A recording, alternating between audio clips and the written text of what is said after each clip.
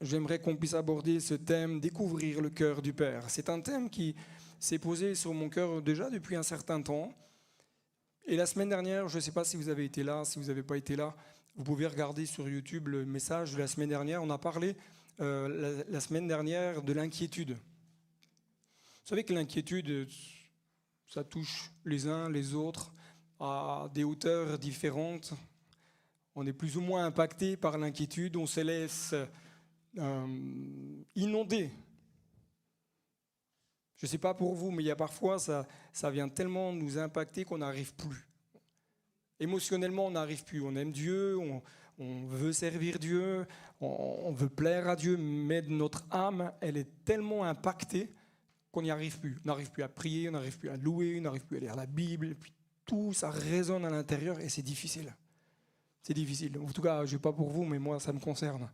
Je me sens concerné. Et on a vu que l'inquiétude, lorsqu'elle prend place dans nos vies, elle va amener toutes sortes de limitations. Limitations spirituelles, limitations relationnelles avec les uns et les autres.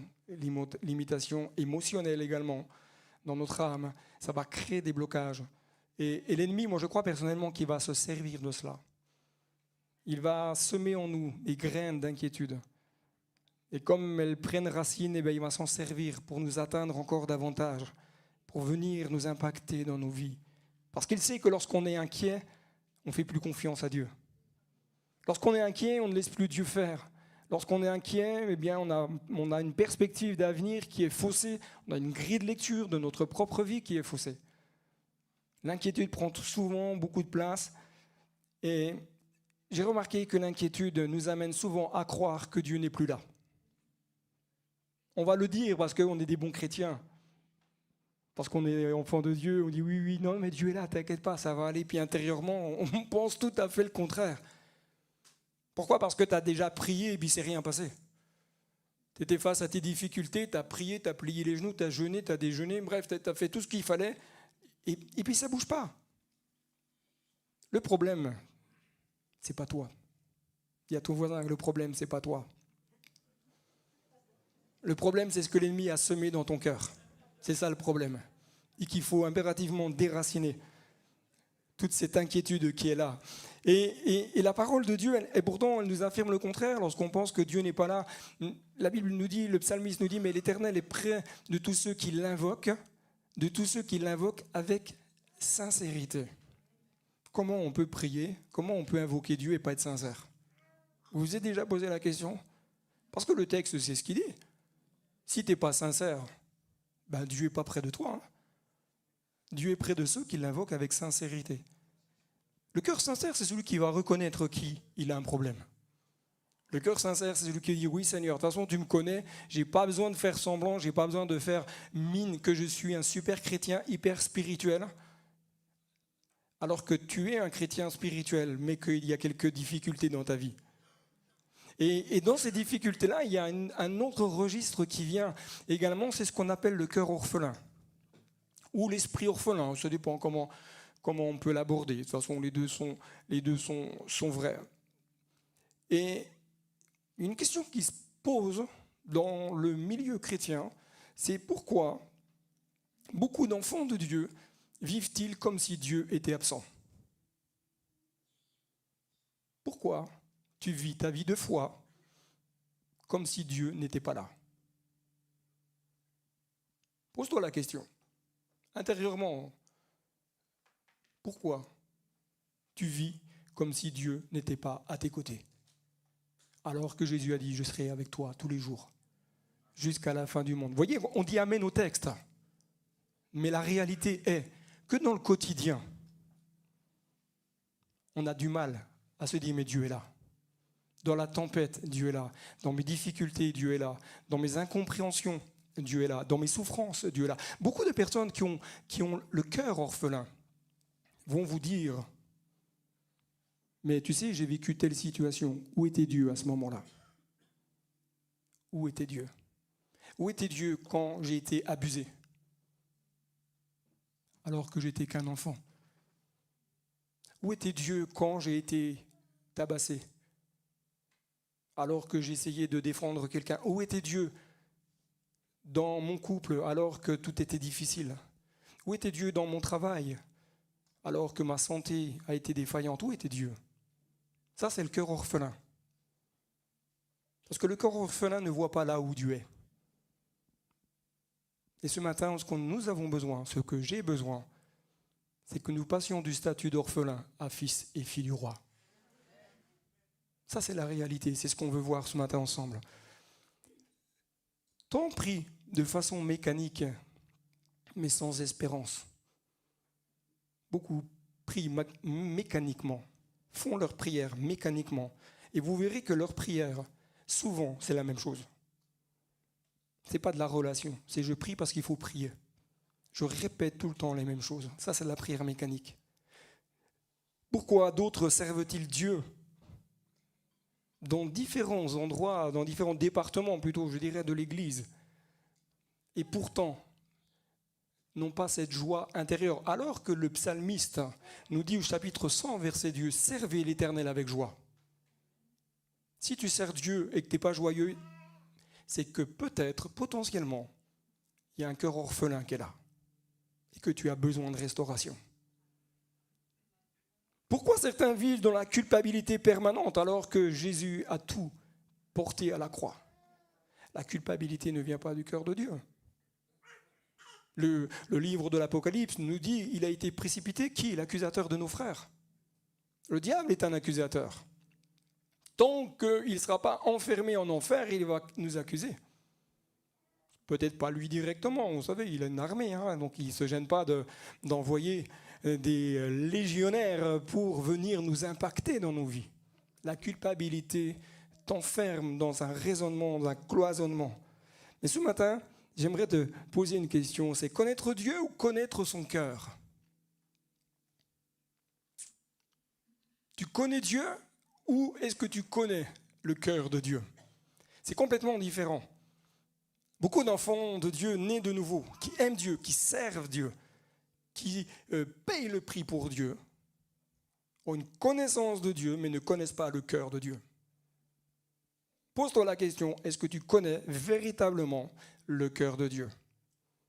Dans ton cœur, il va y avoir des choses ce matin qui vont résonner. Je te l'annonce, c'est normal. C'est normal, ne t'inquiète pas, c'est normal. Ça va venir te chercher.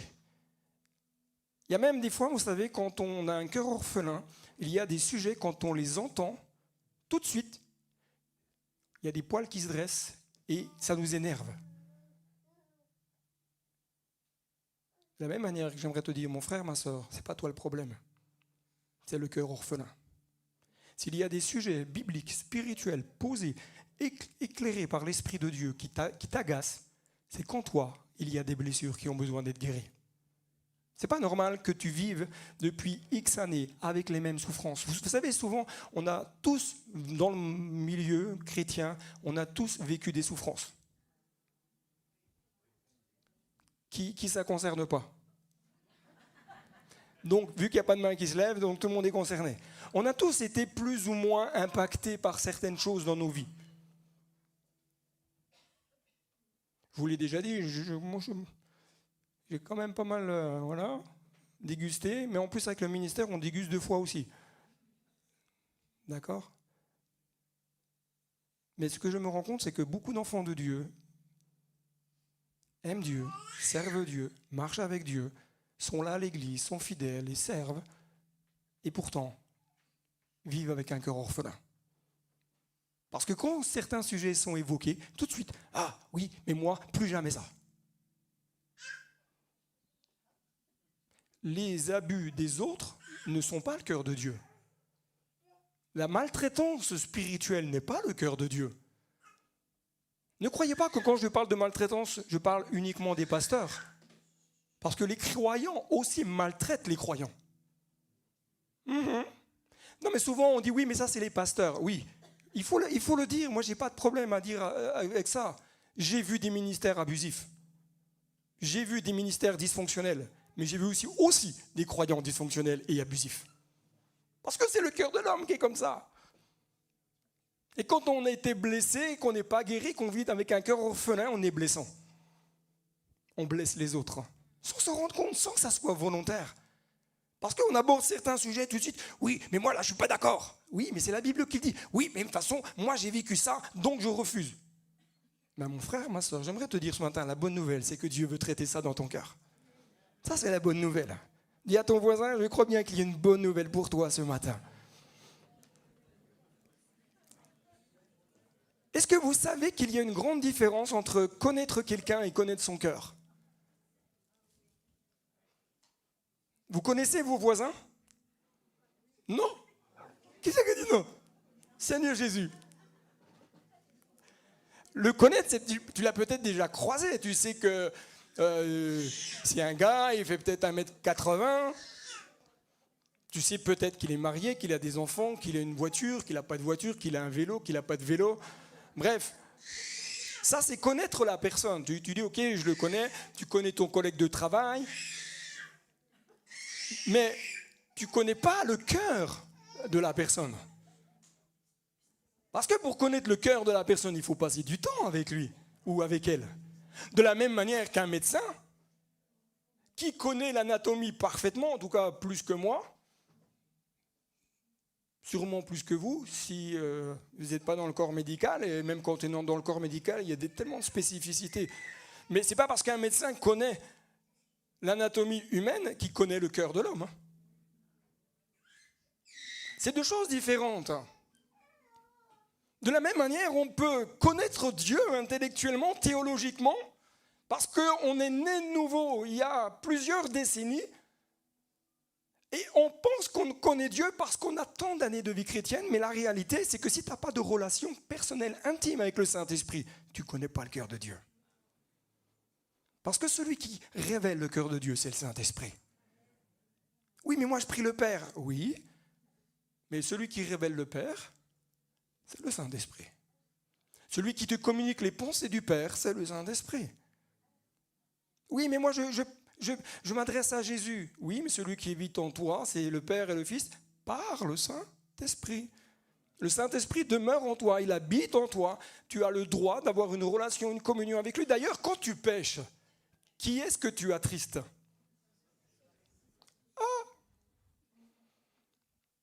Est-ce que tu as déjà dit au Saint-Esprit, dis Saint-Esprit, je suis tellement désolé. Je te fais subir des choses parfois. T'es vraiment bon parce que tu restes là.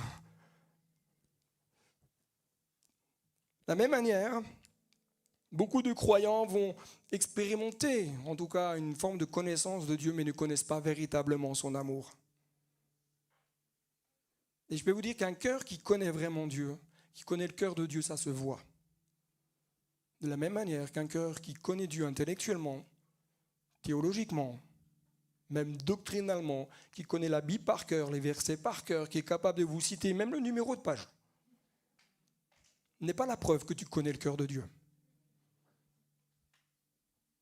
Un enfant qui n'a pas toute cette connaissance peut connaître le cœur de Dieu. C'est pour cela que Jésus va dire, mais redevenez comme des petits enfants. Ça ne veut pas dire qu'il ne faut pas réfléchir, qu'il ne faut pas étudier. C'est pas ça que dit Jésus. Il dit, reviens à moi avec un cœur simple. Arrête de te prendre la tête, arrête de penser que tu es plus spirituel que tout le monde. Reviens et connais mon cœur. Le Saint-Esprit, c'est celui qui révèle le cœur du Père. Et on voit dans l'évangile de Jean qu'il est dit ceci, quand viendra l'Esprit de vérité. Donc il n'était encore pas là. Ça va, on est OK avec ça? D'accord? Quand Jésus était là, le Saint-Esprit, lui, n'était pas là. Les croyants n'étaient pas nés de nouveau à ce moment-là. Ils n'avaient pas le Saint-Esprit en eux. Il y avait des manifestations de l'Esprit, il y avait des actions de l'Esprit, on le voit même dans l'Ancienne Alliance. Mais ils n'avaient pas l'Esprit de Dieu en eux. Pour cela que Jésus dit, mais quand l'Esprit de Dieu viendra, l'Esprit, lui, de vérité, il vous conduira. Et ça, c'est le ministère du Saint-Esprit. C'est le Saint-Esprit qui vous conduit dans toute la vérité. Pourquoi? Parce que Jésus, lui, il est au ciel, aujourd'hui. Moi, j'ai eu du mal à un moment donné, théologiquement, avec cela. Je me dis, mais comment ça c'est possible? On a toujours dit, oui, mais Jésus, il est en moi. La réalité biblique, c'est que Jésus est assis à la droite du Père. Il a envoyé son esprit. Et que c'est lui qui nous conduit dans la vérité. Dans la vérité, selon la parole de Dieu, selon ce que Dieu a déclaré. Il ne parlera pas en son propre nom. Le Saint-Esprit, il n'est pas là pour se promouvoir. Il est là pour parler du Père et du Fils. Il ne parle que de ce que le Père et le Fils ont dit et font et veulent faire. Il y a une interdépendance entre le Père, le Fils et le Saint-Esprit, une interaction entre les trois personnes de la Trinité. Mais il dira tout ce qu'il aura entendu et vous annoncera ce qui doit arriver. En réalité, le rôle du Saint-Esprit, c'est de t'éclairer. C'est de mettre de la lumière là où il y a besoin de mettre de la lumière. Si tu veux que ton cœur soit éclairé, c'est le Saint-Esprit. Oui, mais moi je regarde les Écritures. Oui, à la lumière du Saint-Esprit. Autrement, c'est intellectuel. Tu vas être capable de me faire une dissertation, sûrement mieux que moi. Tu vas être sûrement capable de faire une thèse théologique encore mieux que moi, ça c'est sûr. Et combien de fois je dis Saint-Esprit, éclaire-moi, parle-moi, révèle-moi le cœur du Père. À travers l'Écriture, je veux comprendre pourquoi tel verset dit telle chose, pourquoi Jésus t'a dit telle chose. Saint-Esprit, révèle. Révèle. Souvent, j'ai dit, Seigneur Jésus, je ne veux pas vivre ma vie chrétienne par tradition. Je ne veux pas lire la parole de Dieu par tradition. Je veux y découvrir ton cœur. L'Esprit est un esprit de révélation. La vérité de Dieu ne se révèle pas d'un coup. On exploserait. On ne pourrait pas. Humainement, on ne pourrait pas tenir. La révélation, elle vient petit à petit. Mais elle vient comment? Dans l'intimité, dans la communion du Saint-Esprit. Romain, Paul va dire, écrit ceci, dans Romains chapitre 8, verset 15. L'esprit que vous avez reçu. Donc, tout à l'heure, on a vu que l'esprit allait venir. Là, il dit, mais l'esprit que vous avez reçu. Donc, le Saint-Esprit est dans le cœur des croyants. Dans les entrailles. On dit souvent que les entrailles, le siège du Saint-Esprit, c'est ici, c'est dans les entrailles, c'est là. C'est positionné là, au centre de notre vie. Pas le cœur biologique, le cœur physique, mais dans notre esprit. Ils ont fusionné, ils sont un. Esprit et notre esprit, enfin, le Saint-Esprit et notre esprit est un. Et Paul va dire, l'esprit que vous avez reçu ne fait pas de vous, de quoi? Là, ils sont convaincus, là, je ne pense pas. Ne fait pas de vous des esclaves qui ont encore peur. Parce qu'un esclave, il a peur.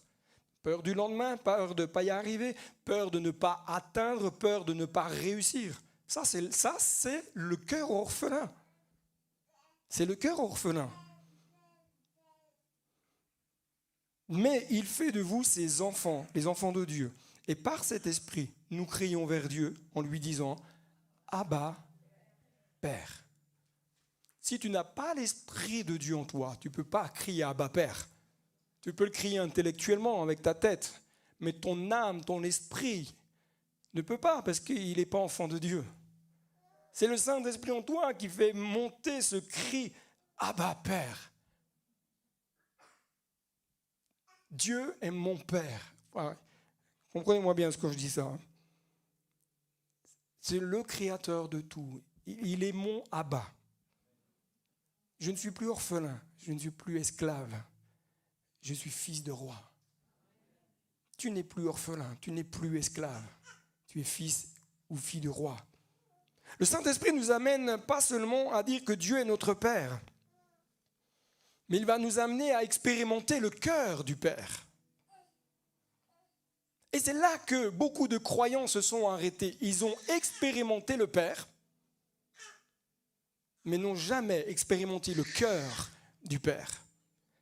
Connaître le cœur de Dieu. Comprendre ce que le Père attend de toi. Oui, il est d'accord. C'est le Fils à son Père.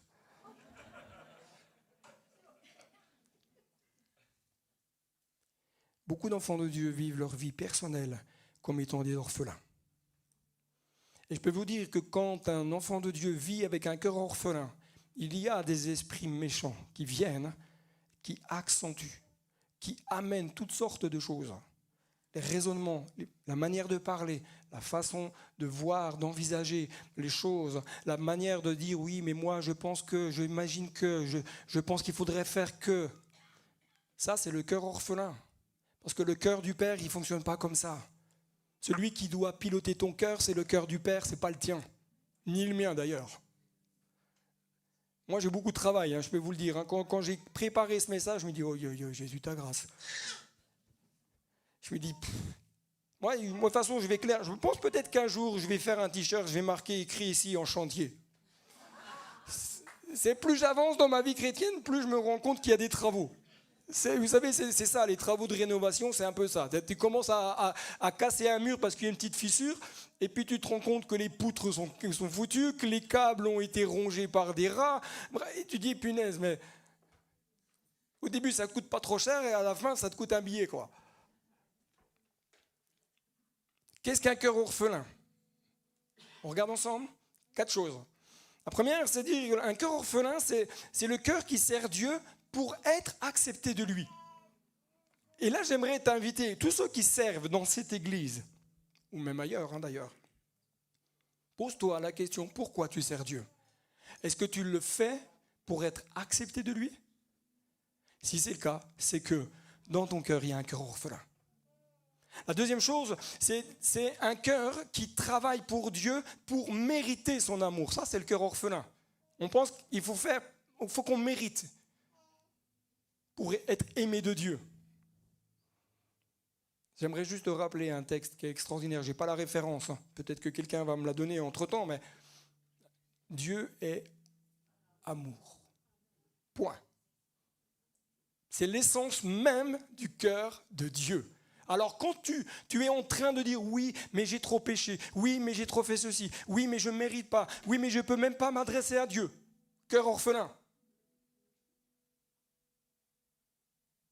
Le cœur du Père aime en tout temps. Le cœur t'aime de manière inconditionnelle. Il ne t'aime pas parce que tu mérites, il ne t'aime pas parce que tu as bien fait les choses, il t'aime parce qu'il est le Père.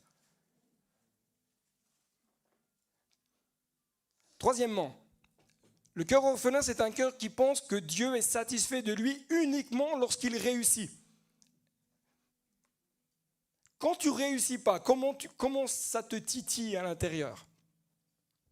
Moi, personnellement, j'ai une personnalité qui est sur ce point-là, c'est très compliqué pour moi.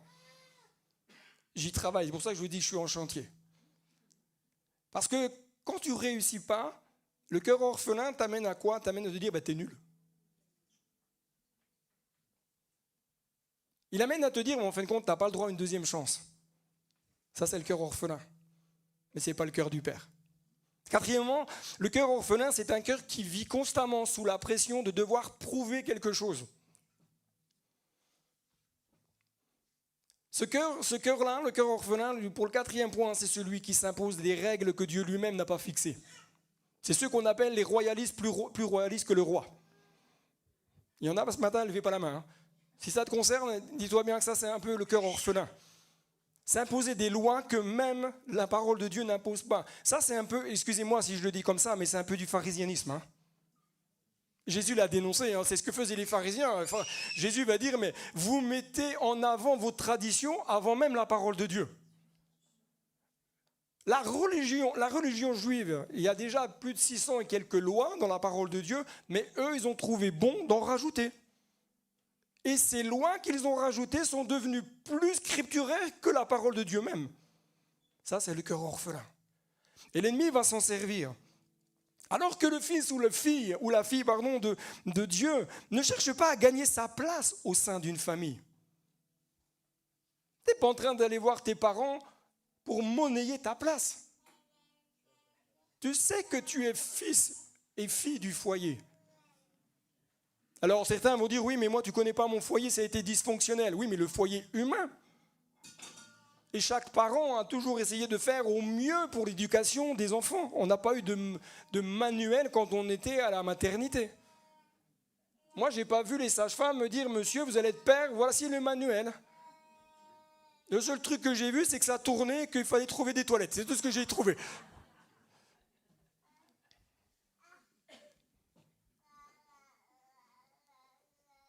Nous avons toutes et tous besoin d'apprendre du cœur du Père pour être des pères ici-bas. Pour être des modèles selon le cœur du Père pour être des pères ici-bas.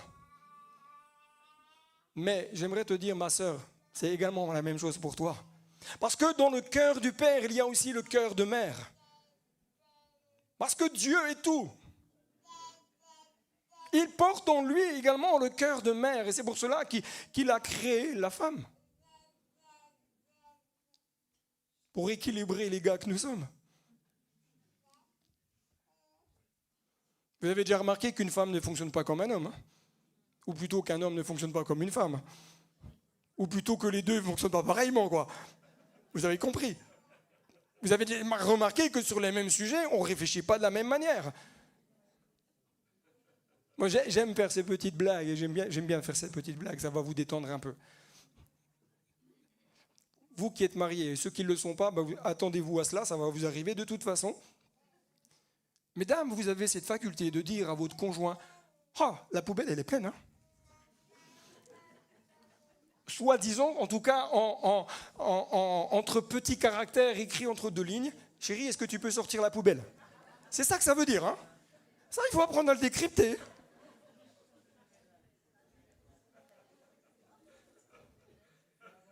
Ça va? On est OK, là? J'aimerais te dire, mon frère, ma sœur, tu n'as pas à chercher à hériter ta place. Tu es héritier ou héritière. Racheté par son amour, tu n'es plus un étranger. Tu es un fils, une fille du Père. Et Jésus va dire, je ne vous laisserai pas orphelin. Vous n'êtes pas orphelin. Mais alors pourquoi dans notre cœur, il y a ce sentiment que Dieu n'est pas présent? Parce que notre âme a été marquée par les difficultés de la vie. Notre âme a été impactée par beaucoup de choses et a besoin simplement de reconnecter avec le cœur du Père. Vous savez, on dit souvent d'ailleurs que les enfants qui sont adoptés, donc là il y a cette histoire, ces deux enfants sont adoptés par une famille. Les papiers sont faits, le nom est posé. Donc il y a, je ne sais pas, on va l'appeler Étienne, un tel, et Marie-Louise, un tel. Les deux ont le nom des parents. Le garçon va dire, ouais, c'est super, je suis fils de.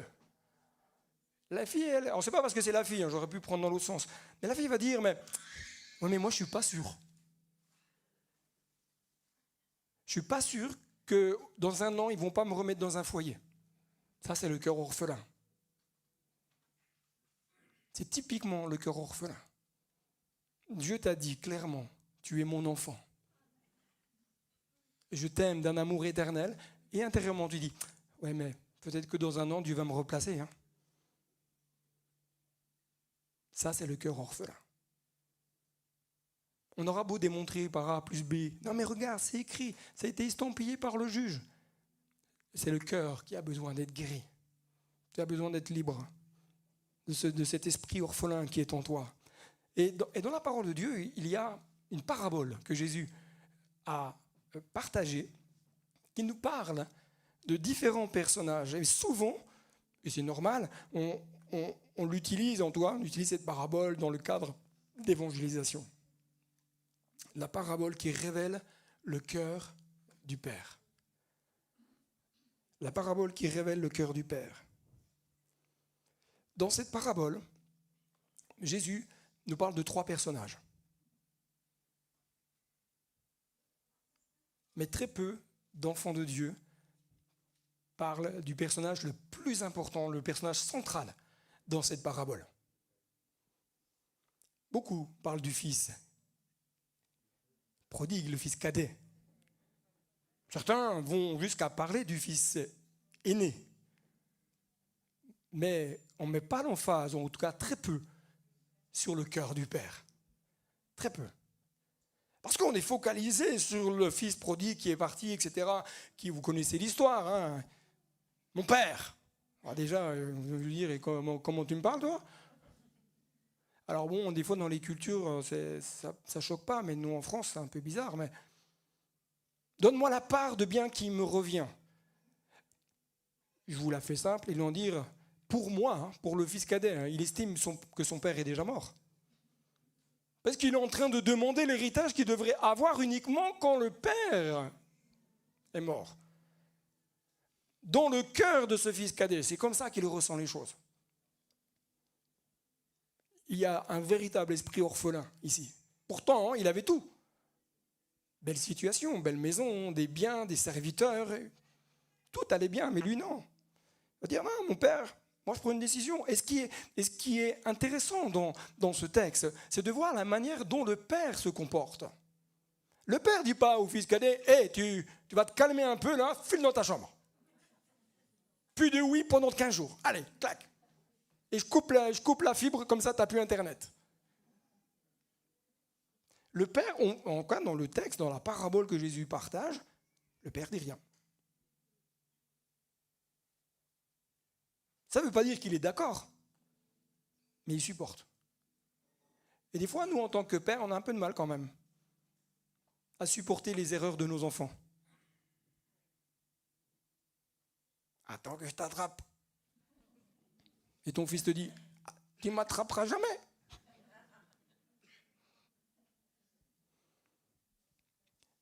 Dans la culture juive, ce que fait le fils cadet est d'une violence extrême.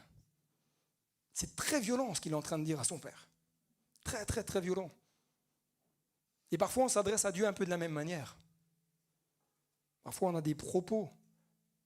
Alors, on pense que ça n'affecte pas directement Dieu parce qu'on parle de situations, on parle de personnes. Mais la réalité, c'est que dans ton âme, tu es en train de dire, hey,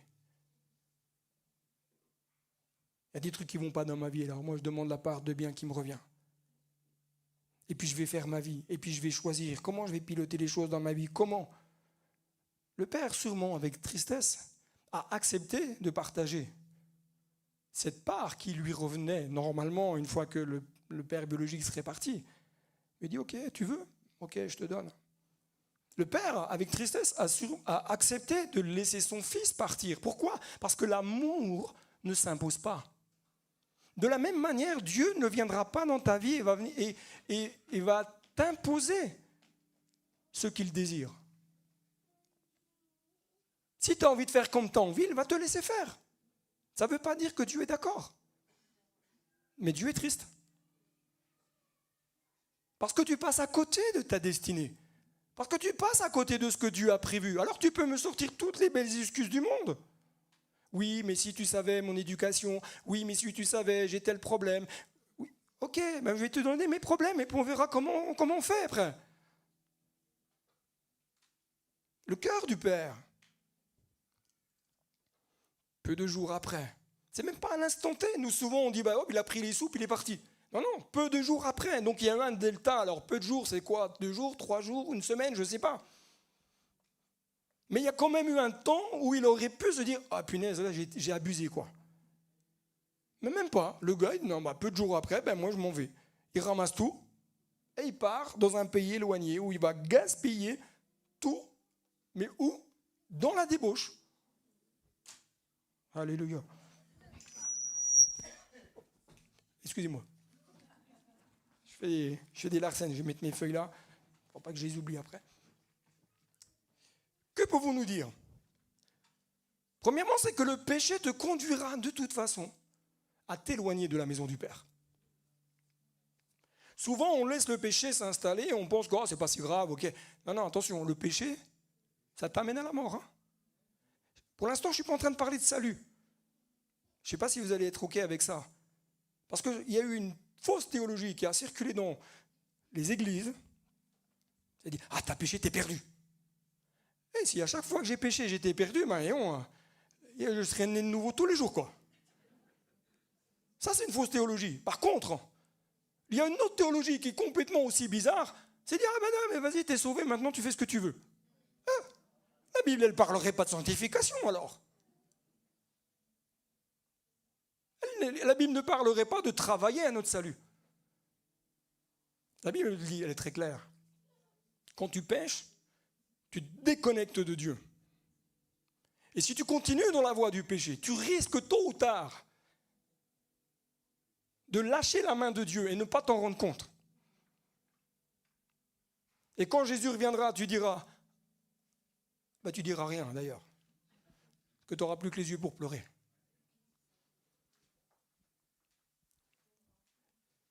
C'est un processus que nous voyons. Le Fils n'est pas devenu rebelle comme ça du jour au lendemain. Il n'a pas décidé un matin, seulement dit « Allez, je vais demander les sous à mon Père et paf, je me barre ». C'est un processus. Il y a des choses dans nos vies, c'est des processus. Des choses qui sont semées en nous et que nous laissons germer et qui vont nous amener à la rébellion, nous amener à la critique, à la médisance. Ce n'est pas du jour au lendemain où que tu te réveilles et tu dis « Allez, un matin, allez, qui c'est que je vais critiquer ce matin, tiens ». Non, c'est parce que dans ton cœur, il y a des choses qui se nourrissent jour après jour et qui t'éloignent tout doucement du cœur de Dieu. Et quand tu chemines dans cette voie-là, tu vas te rendre compte qu'à un moment donné, tout ce que Dieu t'a donné, tu vas le dilapider. Tu vas le dilapider pour les choses de ce monde. Alors que la Bible nous dit clairement, ne jetez pas les perles au pourceau. Le fils, quand tu prends son histoire, le fils cadet, va connaître le désespoir, la solitude, va connaître la désespérance. Pourquoi ? Parce qu'à un moment donné, il a décidé de quitter la maison du père. Le père ne l'a pas mis dehors. Même s'il avait été rebelle et qu'il avait décidé de rester, le père le regardait. Il n'aurait pas dit « Attends, t'as vu comment tu m'as parlé maintenant ? Allez, va te faire voir là-bas. » J'aimerais te dire, mon frère, ma sœur, que seule la communion avec le cœur du Père peut t'apporter le soutien dont tu as besoin, le réconfort dont tu as besoin. Le changement va commencer par quoi ? Par une prise de conscience. Puisque Jésus va dire, il se mit à réfléchir, dans la traduction que j'ai prise. Dans une autre traduction, il dit, il est rentré en lui-même. On pourrait dire qu'il est revenu à la raison. Il y a beaucoup d'enfants de Dieu qui, à un moment donné, décarochent. Et qui, à un moment donné, dit « Mais Seigneur, là, j'ai fait n'importe quoi. » Reviennent à la raison. Et se dit « Mais là, je vais retourner chez mon Père. » Il dit « Mon Père, j'ai péché contre le ciel et contre toi. » Le fils n'est jamais revenu en te disant « Allez, moi je suis fils quand même. » Non, le fils, il dit « Moi, je reviens comme un esclave. » Il n'avait plus de chaussures. C'était typiquement la tenue vestimentaire d'un esclave. Plus de chaussures, des habits qui sentaient le cochon. Une vie, à mon avis, devait être marquée, même sur sa vie. Mais j'aimerais te dire, mon frère, ma sœur, que le Saint-Esprit œuvre pour que les fils et les filles prodigues reviennent à la maison. Mais que l'Église doit être prête à accueillir les fils et les filles prodigues.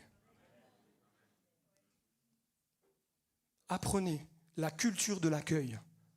Accueillez-vous les uns les autres. Vous avez des personnes, des fois qui arrivent, des personnes nouvelles dans les églises, personne ne leur dit bonjour.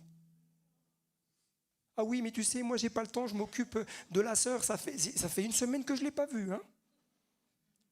Et tu sais que tu vivras même si tu vas voir l'autre personne avant. La culture de l'accueil.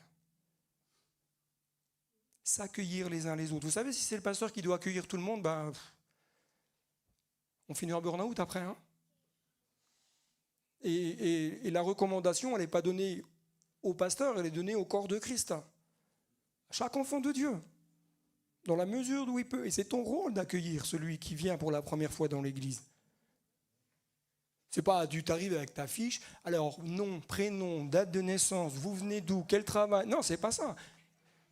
C'est bonjour, comment tu vas ? C'est quoi ton prénom ? Sois le bienvenu. Sois le bienvenu. Moi, j'aime bien dire souvent, tu es à la maison, tu es chez toi. J'aime bien dire ça, parce que c'est vrai, je le pense. Tu es chez toi. Le cœur du Père ne se contente pas d'accueillir, il restaure. Il se leva et alla vers son père. Alors qu'il était encore loin, son père le vit et fut rempli de compassion. Il courut, se jetait à son cou et l'embrassa. La compassion du Père se manifeste par l'accueil. Si le Père nous accueille de cette manière-là, à combien plus forte raison nous devons nous accueillir de la même manière. Même si tu sais que ton frère, ta sœur, elle a fait nimp, accueille-le, accueille-la. Tu n'es pas en train de lui dire « qu'est-ce que tu as fait cette semaine ?» Attention, hein. Non, tu accueilles, tu aimes. Parce que le cœur du Père aime. Il ne fait pas des reproches. Le Père, il n'a pas fait de reproches à son fils en disant « tu pues ». T'as vu comme t'es fringué? Ils sont où tes pompes? T'es parti avec des Nike, des Adidas ou ce que tu veux, et là tu reviens avec des Adidas pieds nus.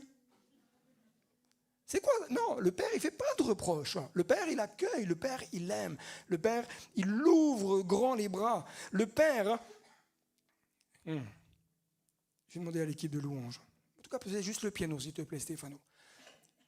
Le Père le rétablit dans son identité de fils et de fille et non pas d'esclave. Le Fils se voit en tant qu'esclave, mais le Père le rétablit dans cette position. Et ça, c'est le rôle du Père. Le Père dit, attends, ok, tu arrives chez toi avec un cœur orphelin. Parce que le cheminement du Fils prodigue, ça a généré cela dans son cœur. Ça a fait naître dans son cœur un cœur orphelin. C'est pour cela qu'il va dire, mais je ne mérite pas. Parce que pour lui, il a fait n'importe quoi. Il dit, mais c'est pas possible que le Père m'aime. Donc je reviens en esclave. Et le corps orphelin, c'est ça. Et vous avez des enfants de Dieu qui sont dans les églises, qui louent Dieu, qui adorent, qui connaissent la Bible et qui pourtant se comportent comme des orphelins. Mais je ne mérite pas. Ils vont constamment demander pardon pour leurs péchés, toute la journée pour la même chose. Alors si tu as péché, oui, demande pardon, mais crois que le sang de Jésus purifie. Le cœur orphelin va t'amener à ne pas croire. Le cœur orphelin va t'amener à toutes ces souffrances intérieures. La mentalité de l'orphelin nous bloque dans notre vie spirituelle. Mais le Père, lui, il accueille son fils, il lui remet la tunique, c'est-à-dire qu'il le repositionne. Il le repositionne en tant que fils. Mais également, il lui met l'anneau au doigt. Il lui redonne l'autorité de fils. Il lui remet des chaussures. Il dit, t'es pas esclave, t'es mon fils. Comment tu te comportes dans ton cœur? Comment tu te sens ce matin? Comme fils ou comme orphelin? J'aimerais terminer là-dessus. Parce que je pourrais parler du fils aîné, mais on va s'arrêter là. Le cœur du Père attend toujours le retour du fils et de la vie prodigue. Le Père t'attendra toujours. Même si tu pars dans les méandres de ce monde, lui, il t'attendra. Il attend, patiente. Il a la puissance de t'aller te chercher et te ramener par force. Il pourrait. Mais ça, ce n'est pas l'amour du Père. L'amour du Père, c'est de respecter ton cheminement de vie, mais te dire, je t'aime, je vais te transformer. Mais pour ça, il faut que tu rentres en toi-même, que tu reconnaisses qu'il y a un problème dans ta vie, que tu as un cœur orphelin, qu'il y a quelque chose en toi qui dysfonctionne, mais seul mon amour peut transformer. Le cœur du Père est prêt à redonner toute la dignité. Le péché nous amène à se dire, mais je ne suis pas digne, je ne peux pas prier. Vous savez, il y a parfois, je passe par des moments, c'est compliqué, hein. Le sentiment de ne pas être digne me gagne aussi, je suis comme vous. Mais bizarrement, à chaque fois que je me tiens dans la présence de Dieu, je dis, Seigneur, écoute, bon là j'ai fait n'importe quoi, je te demande pardon. La joie de Dieu revient instantanément. Toute l'angoisse, toutes les peurs, les craintes, tout ce qui est en toi, qui te malmène, paf, ça s'évapore. Pourquoi? Parce que ça, ce n'est pas le résultat du cœur du Père, c'est le résultat de l'esprit orphelin. Le cœur du Père va se réjouir. Regarde, lève les yeux au ciel simplement. Je vais vous demander de faire un exercice. Ça va peut-être vous faire bizarre, mais prêtez-vous au jeu. Simplement, imaginez. Tu lèves les mains comme ça, tu lèves les yeux et tu vois le Père. Il est en train de se réjouir parce que tu es là. Non pas physiquement, mais parce que ton cœur est là. Il t'accueille et il sourit. Tu sais que Dieu sourit?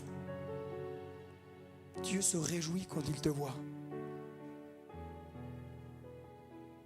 Parce que tu es son fils et parce que tu es sa fille. Le cœur du Père déverse sa tendresse. Quand le Fils est arrivé, il n'a pas fait. Tu vas passer un sale quart d'heure, mon gars. Le Père, les bras grands ouverts, dit, allez, viens. Je te prends dans mes bras, tu pues, mais je te prends dans mes bras parce que tu es mon fils. Tu es ma fille. Très rapidement, il a eu à changer les habits. Il t'accueille. Le cœur du Père veut te démontrer combien il t'aime. Et il veut t'amener à être libre de l'état d'esprit orphelin qui te gagne depuis tant d'années. Ou en tout cas, peut-être qu'il t'a même peut-être jamais quitté depuis que tu t'es converti. Parce qu'on ne t'a jamais dit ça. Jamais tu as pensé que tu étais orphelin. Tu dis, bah non, mais moi j'ai des parents. Ah non, en réalité, tes souffrances de vie, comme elles n'ont jamais été traitées, ont fait naître en toi ce cœur orphelin. Et amener des craintes et des dysfonctionnements. Mais ce matin, la bonne nouvelle, c'est que Jésus veut traiter tout ça. Amen. Je vous invite à baisser vos têtes. On va prier ensemble.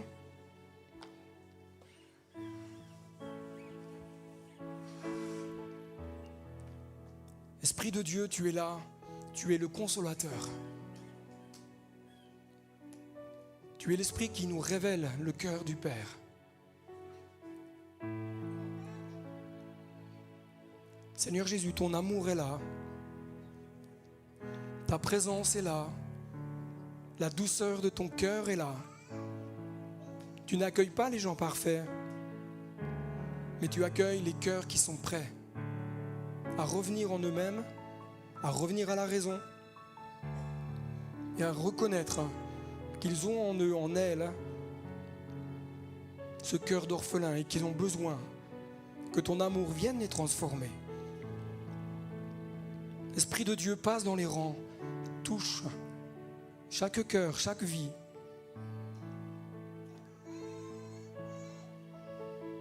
Saint-Esprit, agis maintenant. C'est toi qui brises les jougs et les verrous de fer. Mon frère, ma soeur, si ce matin ce qui a été partagé te concerne, j'aimerais t'inviter à te lever là où tu as ta place.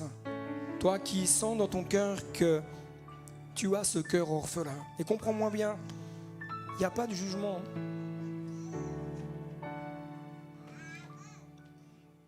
Parce qu'on peut être tous et toutes concernés à une échelle différente.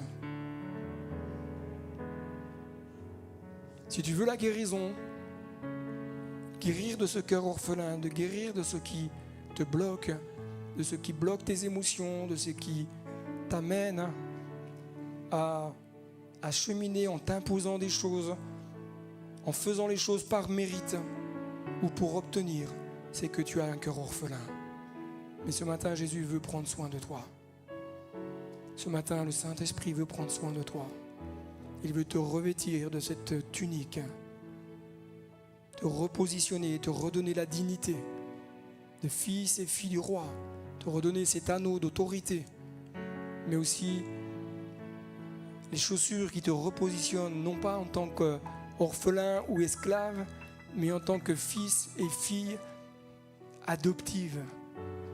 Il y a sur le contrat spirituel, tu peux voir ton prénom et marquer à côté fils du roi des rois. Est-ce que tu peux lever la main et demander au Saint-Esprit de venir faire son œuvre en toi? C'est lui qui fait, moi c'est pas moi là, moi je suis juste le canal. Saint-Esprit agit, visite maintenant et libère les cœurs. Que les cœurs orphelins guérissent dans le nom de Jésus. Que chaque blessure, chaque traumatisme, chaque abus, Seigneur mon Dieu, tu le gères par l'Esprit maintenant même. Seigneur, que ta gloire vienne. Que ta gloire vienne. Seigneur, je prie que ton amour vienne les envelopper, les entourer.